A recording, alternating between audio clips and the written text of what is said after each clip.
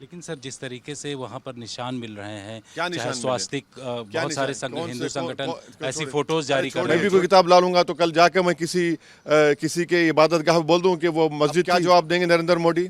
अस्सलामु अलैकुम नाजरीन, कैसे हैं आप लोग। उम्मीद है कि खैर व आफियत से होंगे।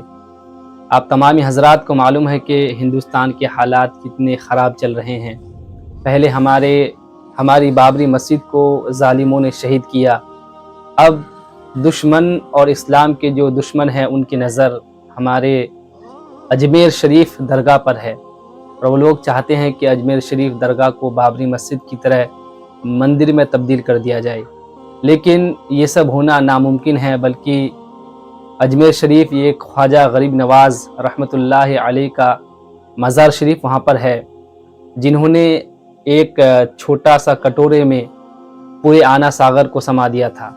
लेकिन इस पर तो बहुत सारे उलमा इकराम और बहुत सारे मुसलमान इस पर बयान दे चुके हैं, लेकिन अब बैरिस्टर असदुद्दीन अवैसी साहब ने इस मामले में क्या जवाब दिया है और उन्होंने क्या कहा है, आइए पहले हम इस वीडियो को देखते हैं, फिर हम इस पर बात करेंगे। असदुद्दीन ओवैसी इस वक्त हमारे साथ बातचीत करने के लिए मौजूद हैं। सर, अजमेर शरीफ दरगाह को लेकर के जिस तरीके से ये दावा किया जा रहा है कि वहाँ हिंदू मंदिर था, आपने एक ट्वीट भी किया है, उसको आप किस तरीके से देख रहे हैं? एक बात बताइए, 800 साल से दरगाह है। जितने प्रधानमंत्री बने हैं देश में, नेहरू से लेकर नरेंद्र मोदी तक, सब चादर भिजाते हैं। साउथ एशिया में जितने हमारे नेबरिंग कंट्रीज़ है उनसे ऑफिशियल डेलीगेशन जाता है वहाँ पर। एक महबूब इलाही निज़ामुद्दीन औलिया रहमतुल्लाह अलैह के पास, दूसरा ख्वाजा सुल्तान गरीब नवाज़ के पास। एक बात बताइए, 800 साल से दरगाह है, मुग़लों का राज था, उसके बाद मराठाओं ने वहाँ पर हुकूमत की, फिर मराठाओं ने 18,000 रुपये में अंग्रेज़ों को बेच दिया उस इलाके को, अजमेर के। फिर जयपुर की जो रॉयल फैमिली है उन्होंने वहाँ पर एक सिल्वर कलश चढ़ाया था। जितने मुग़लों के ख़त्म होने के बाद वहाँ की जितनी राजपूताना उन्होंने उसकी सरपरस्ती की।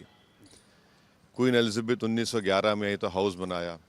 अकबर बादशाह था, उसने ख़िला बनाया, मस्जिद बनाई। ये हो क्या रहा है कि आप 800 साल के बाद कह रहे हैं कि वो दरगाह नहीं है? क्या मैसेज दे रहे हैं हम भारत का पूरे विश्व में? एक मजाक बना कर रख दिया आप। प्लेसेस ऑफ वर्शिप एक्ट को लोअर कोर्ट क्यों नहीं सुन रहा है? प्लेसेस ऑफ वर्शिप एक्ट को क्यों नहीं मान रहा है? तो इससे तो आप तो देश को एक सोशल प्रॉब्लम्स क्रिएट करेंगे, और ये ठीक नहीं है देश के लिए। ये किसकी वजह से हो रहा है सर? जो हिंदू संगठन है, जो वहाँ लोग गए थे, 20 तारीख को इसको लेकर के सुनवाई है, आपको क्या लगता है किसकी वजह से तमाम चीज़ें हो रही? इन तमाम का ताल्लुक आरएसएस बीजेपी से है। अगर डायरेक्टली नहीं है तो इनडायरेक्टली है। आप क्या मैसेज देना चाह रहे हैं? आपने देख लिया संभल में क्या हुआ, 5 लोगों की मौत हो गई। ये इतनी बड़ी पुरानी दरगाह है, पूरे वर्ल्ड रिनाउंड दरगाह है ये, जहाँ पर करोड़ों लोग बिला लिहाज मज़हब मिल्लत वहाँ पर जाते हैं। उनको एक मोहब्बत है, वहाँ पर जाते हैं, और वहाँ पर आप ये इस तरह की केस डाल रहे हैं। कोर्ट एक्सेप्ट क्यों कर रहा है? इन चीज़ों को समझ में नहीं आ रहा मुझे। दिल्ली से लॉयर्स लाकर डालते हैं, तो इस रुकेगा कहाँ फिर ये? जो राम मंदिर बाबरी का जजमेंट आया था, मैं उस वक्त से कह रहा हूँ कि सुप्रीम कोर्ट ने जो फैसला दिया आस्था की बुनियाद पर दिया, जो गलत है। और जब डीवाईसी चंद्रचूड़ सीजीआई थे तो उन्होंने इसको रोक लगा सकते थे, रोक नहीं लगाई उन्होंने उसको। वो खुद जजमेंट लिखे राम मंदिर का, जिसमें कई जजेस भी थे, जिसमें उन्होंने प्लेसेस ऑफ वर्शिप एक्ट को कहा कि बेसिक स्ट्रक्चर का हिस्सा है। तो ये सब तमाशे हो रहे हैं, लोग मर रहे हैं, फायरिंग में मर रहे हैं, दंगे में मर रहे हैं, तो देश कहाँ जाएगा फिर?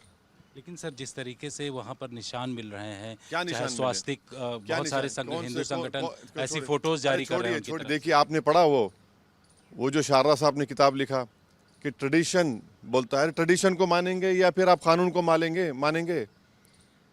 मैं भी कोई किताब ला लूंगा तो कल जाके मैं किसी के इबादत गाह बोल दूं कि वो मस्जिद थी, बोलूं मैं? कहाँ रुकेंगे फिर आप?